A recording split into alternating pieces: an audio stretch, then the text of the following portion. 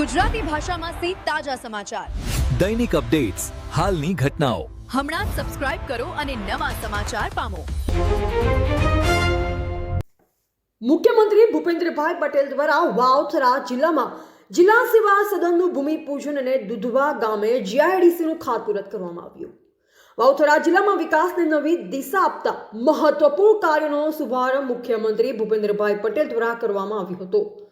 અંતર્ગત થરાદ ખાતે અંદાજે ₹70 કરોડના ખર્ચે 39 એકરના વિસ્તારમાં નિર્માણ થનારા જિલ્લા સેવા સદનનું ભૂમિપૂજન કરવામાં આવ્યું હતું.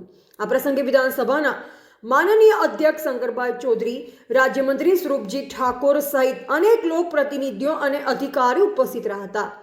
નિર્માણ થનાર જિલ્લા સેવા સદનમાં જિલ્લા કલેક્ટર કચેરી સહિત રાજ્ય સરકારના વિવિધ વિભાગોની 30થી વધુ જિલ્લા સ્તરીય કચેરીઓ કાર્યરત કરવામાં આવશે, જે પરિણામે વાવથરા જિલ્લાના નાગરિકોને સરકારના વિવિધ વિભાગોની સેવાઓ એક જ સ્થળેથી સરળતાથી પ્રાપ્ત થશે.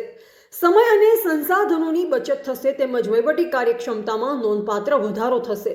તે જ દિવસે મુખ્યમંત્રી શ્રી ભૂપેન્દ્રભાઈ પટેલ દ્વારા થરાદ તાલુકાના દુધવા ગામ ખાતે ગુજરાતના ઇન્ડસ્ટ્રીયલ ડેવલપમેન્ટ કોર્પોરેશન GIDCના નવા પ્રોજેક્ટનું ખાતમુહૂર્ત પણ વિધિવત રીતે કરવામાં આવ્યું હતું. દુધવા ગામે GIDCની સ્થાપનાથી વાવથરા જિલ્લા સહિત આસપાસના વિસ્તારોમાં ઉદ્યોગ વિકાસને વેગ મળશે અને સ્થાનિક યુવાનો માટે રોજગારીની નવી તકો સર્જાશે. કાર્યક્રમ દરમિયાન મુખ્યમંત્રીએ રાજ્ય સરકાર વિકાસ અને ઉદ્યોગલક્ષી યોજનાઓ દ્વારા વાવથરા જિલ્લાના સર્વાંગી વિકાસ માટે પ્રતિબદ્ધ હોવાનું જણાવ્યું હતું. આ બંને પ્રોજેક્ટો જિલ્લાને વહીવટી અને ઔદ્યોગિક રીતે વધુ સશક્ત બનાવશે તેવી આશા વ્યક્ત કરવામાં આવી હતી. રિપોર્ટર રાણાભાઈ પારેગી, વાવથરા. જિલ્લા માટે અનેક નવી ભેટો સાથે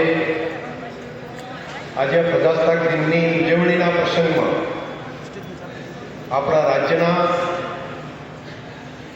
માન્ય મુખ્યમંત્રી શ્રી આદરણીય ભૂપેન્દ્રભાઈ પટેલ સાહેબ આપણા બધા વચ્ચે આવ્યા છે, તો આપણે બધા એમને તાલીઓના ગડગડાટથી એમનું વધાવો સાથે આપણા મંત્રી માન્ય સ્વાગત કરીએ છીએ.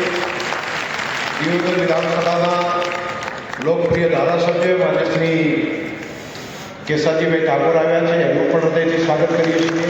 આપણા સચિવશ્રી, અધિકારીશ્રીઓ,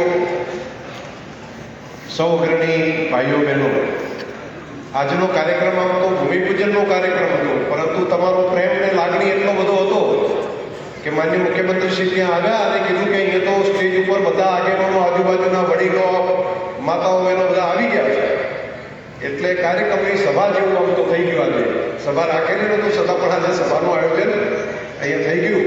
એટલે તમારો પ્રેમ અને લાગણી છે, એટલે માન્ય મુખ્યમંત્રીશ્રીએ કીધું ચલો બે મિનિટ બધાને મળતા જઈએ. એક તો આજે કામ થઈ ગયું એ આ સરહદી વિસ્તારના વિકાસ માટેનું, આર્થિક પ્રગતિ માટેનો ખૂબ મોટો દરવાજો ખોલી રહ્યો છે. અહીંના ખેડૂતો ખેતી કરતા ધીરેથી પછી ધીમે ધીમે કરતા ખેતીમાં દુકાન સુધી પહોંચ્યા.